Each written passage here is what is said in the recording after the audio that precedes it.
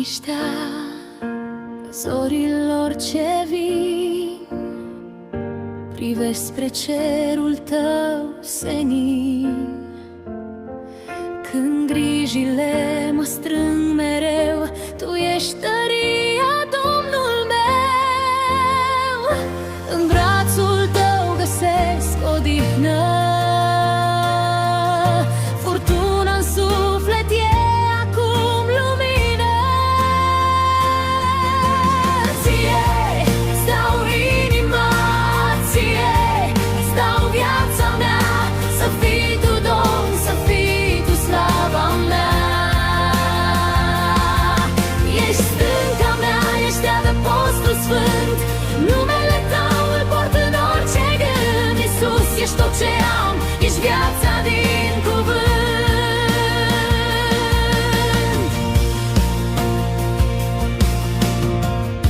Prin văi adânci te voi trece,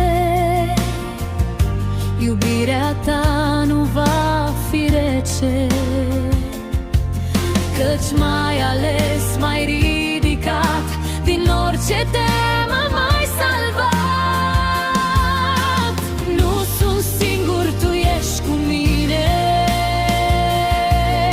izvor păcii ce din ceruri vine. Ție stau inima, ție stau viața mea, să fii tu Domn, să fii tu slava mea.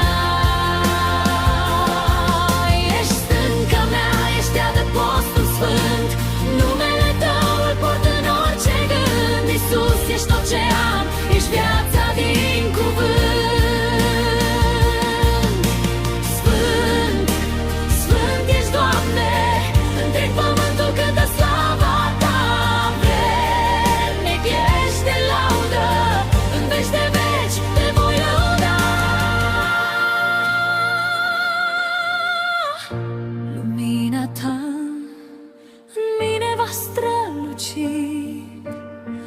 până în ziua când te voi întâlni. Ție stau inima, ție stau viața mea, să fii tu Domn, să fii tu slava mea. Ești stânca mea, ești adăpostul sfânt, numele tău îl port în orice gând. Iisus, ești tot ce am, ești viața din cuvânt. Ție stau inima, ție stau viața mea, să fii tu Domn, să fii tu slava mea. Ești stânca mea, ești adăpostul sfânt, numele tău îl port în orice gând. Iisus, ești tot ce am, ești viața din cuvânt.